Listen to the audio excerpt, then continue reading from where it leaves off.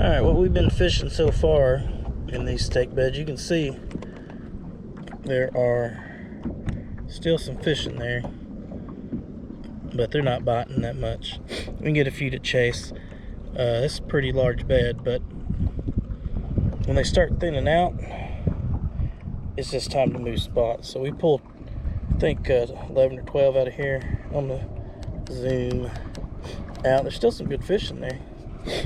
Now, you can see where I zoomed out, and that right there is what you're looking for more. You got a little bit more, and all it is higher percentage ratio. You're casting into something like that, you're gonna have a higher chance of getting a bite. You got more fish there. So we've just been bouncing around back and forth, hitting this school as they move. We'll catch a few, they'll move, we'll bounce to the other side. All right, let's get to it.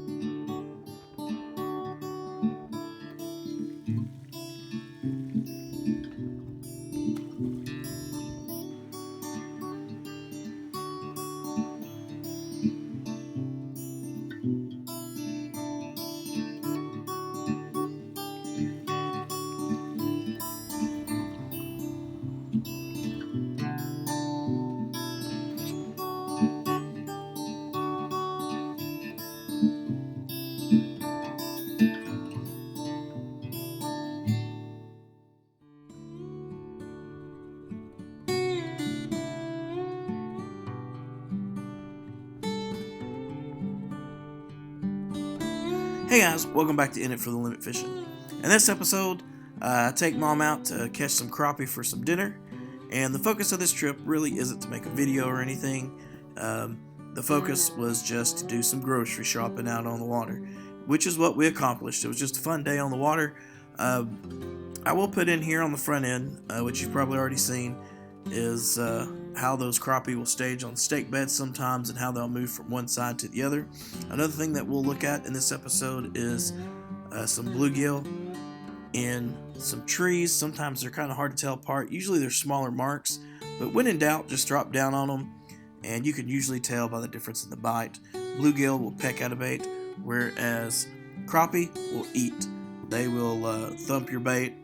Sometimes they'll have a light bite where they'll just pull on it, but they don't tend to peck at your bait like a bluegill does. So you can always drop down when you're not sure what's in the bush. But I'll show you what bluegill look like in a very large tree as well. I'll also look at the double rig and just show you how I tie that setup. Alright, we're going to get to it. Don't forget, if you like what you see, hit that like and subscribe button. Alright, we're going to hit the water. Let's do some fishing.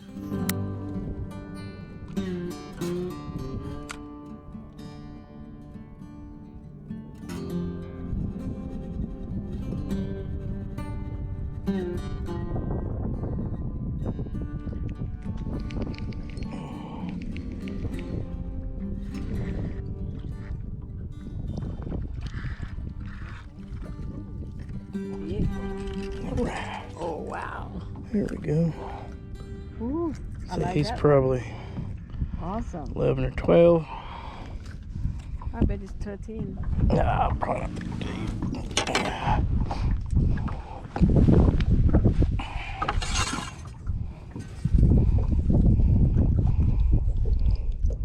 12 and a half. Oh, about 13, huh? That's about right. Yeah. Between. Yeah. 13, 12 and a half.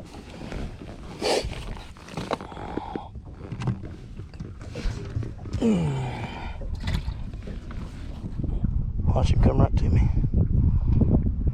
Nope. Sounds like a good one right there. There you go. Oh man, kinda. Bring him on up. I got one. Awesome. Looks like he's definitely a keeper. About to be 12 inches.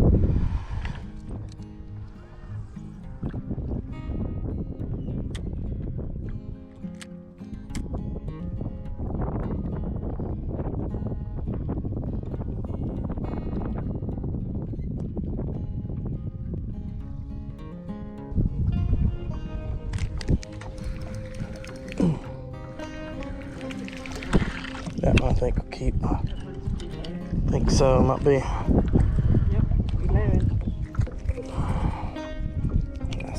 at 10.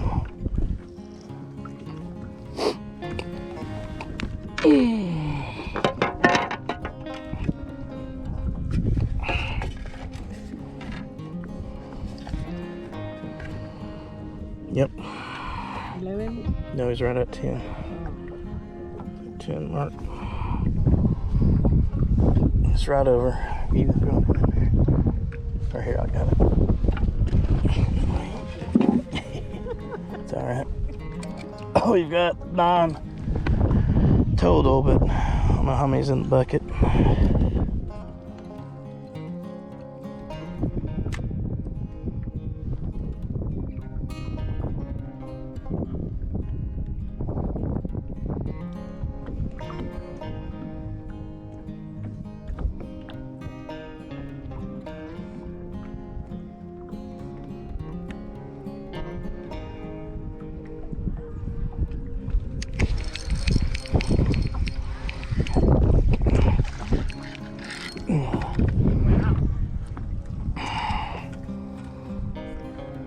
Nice. This one's probably 12. 11 and a half, maybe. Just a little bit.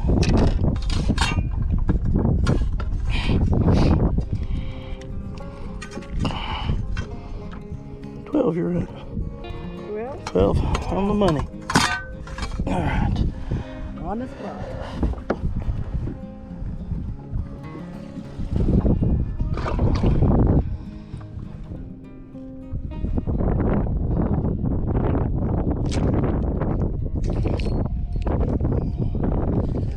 I got hung on the branch here for a minute. Well, he really took it. I saw him come after it that time. That one looks like about 11. Well, take your word on it, because you've been right so far. I hadn't. I say he's 10.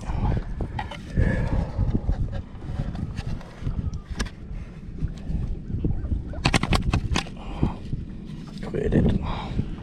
He's right at 10. When he's up, well, 2.5. I'm not going to hit spot lock or anything. We've kind of drifted. Where you cast it's fine. I'm drifting over it. I miscalculated. I don't want to spook them by hitting the trolling motor.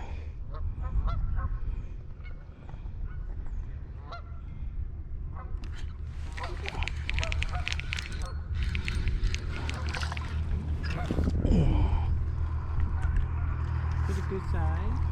He should be a keeper. About 11.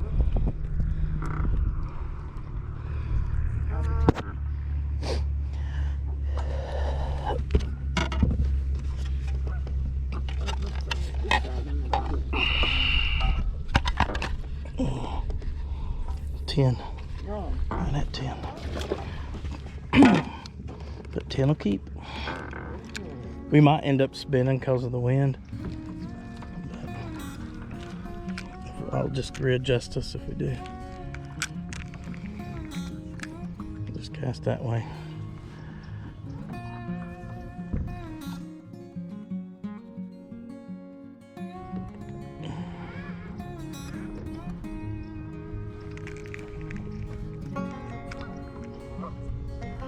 There we go. So that bite was about where those leaves were. Right there, that line, just so you got a visual of how far. This one's probably too small. Yeah. I'll double check him, but he probably not. You got him? There we go. Look at this. Double. Here's my, I don't know. Top one. Got us a double. Ready? See if I can get a.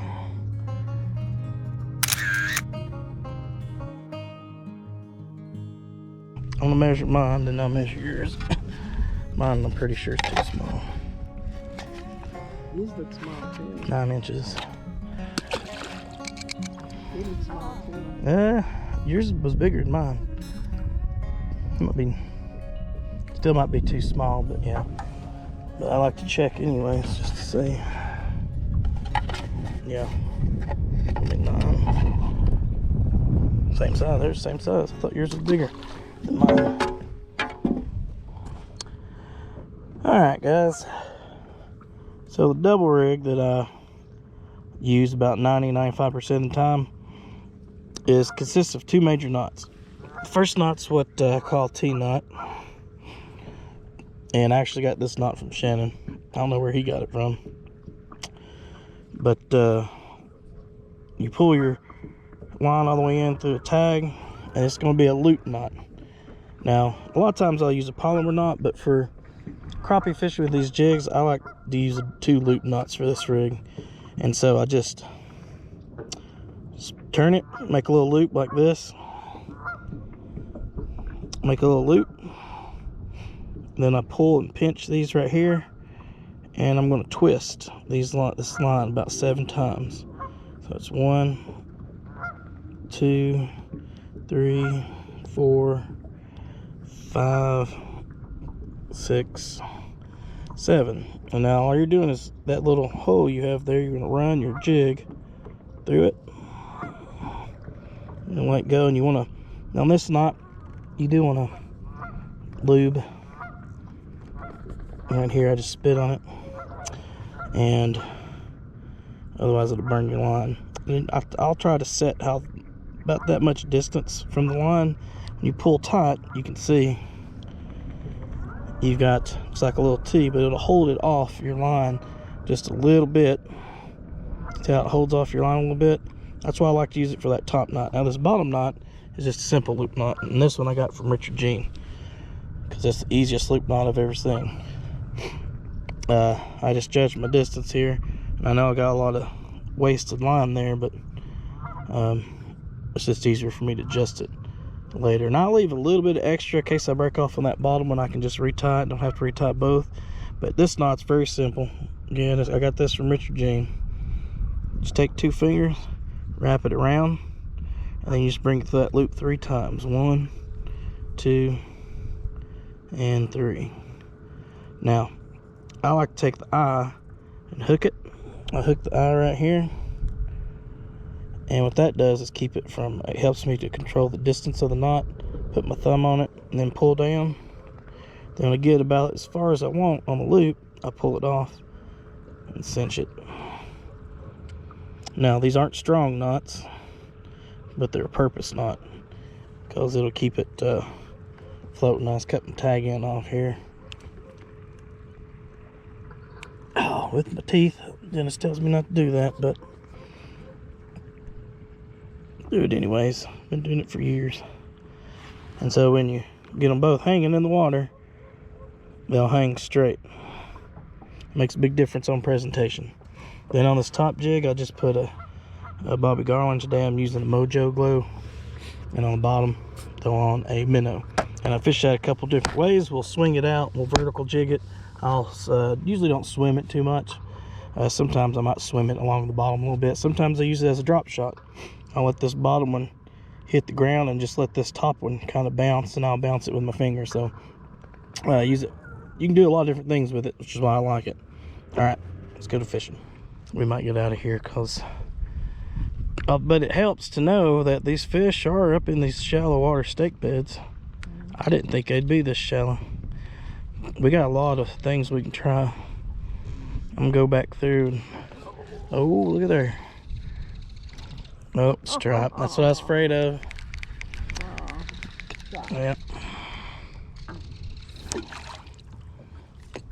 I'll get ready to crank the big motor. Okay.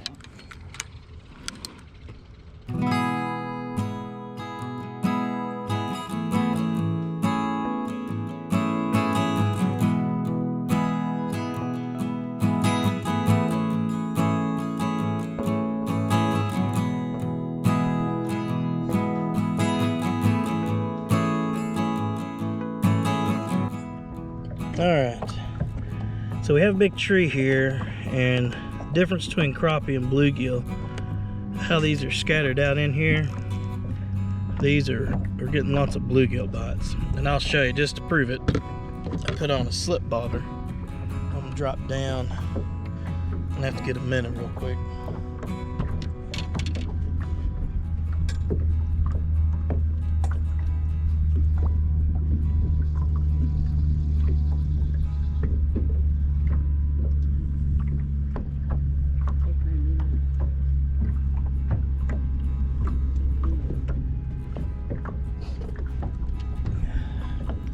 Alright, just to show you, I'm gonna drop my minnow down here.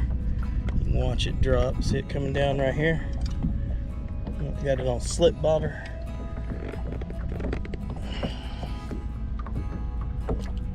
I got it set to hang right above the tree. You can watch them come up to it.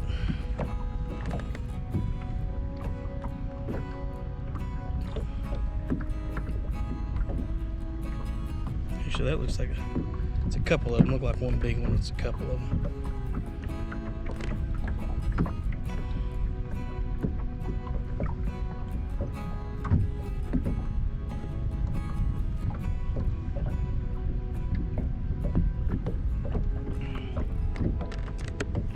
Let's get out of your way there.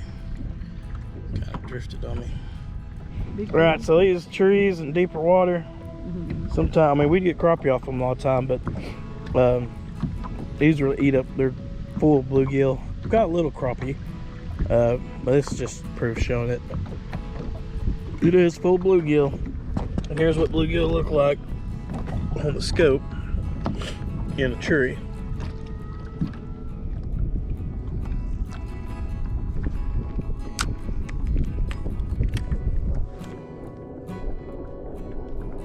A minute.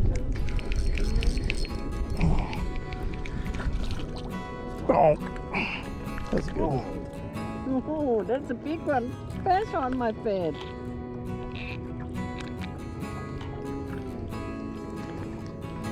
Look like to my bed. Sorry.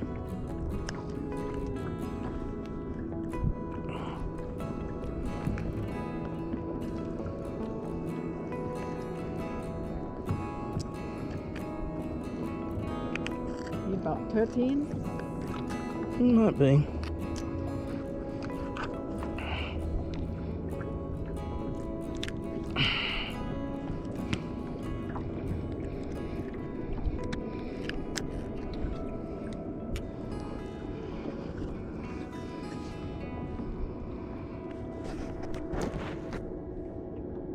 Ooh.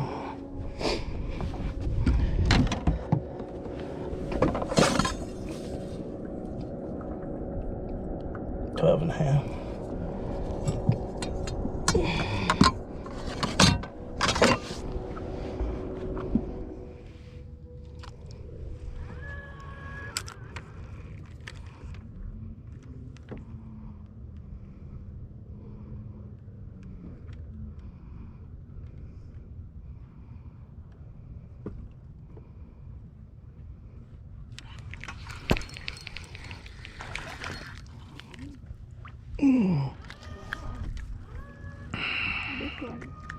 So there's a large school, you see them all right there.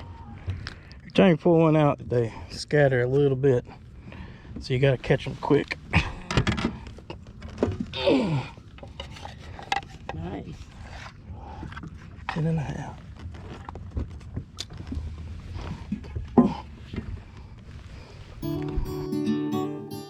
Alright guys, that ends it for this episode. We ended the day with 23 or so total, with 12 of those being keepers. And we set out on the day to just go out, catch enough crappie to eat for dinner, and that's exactly what we accomplished.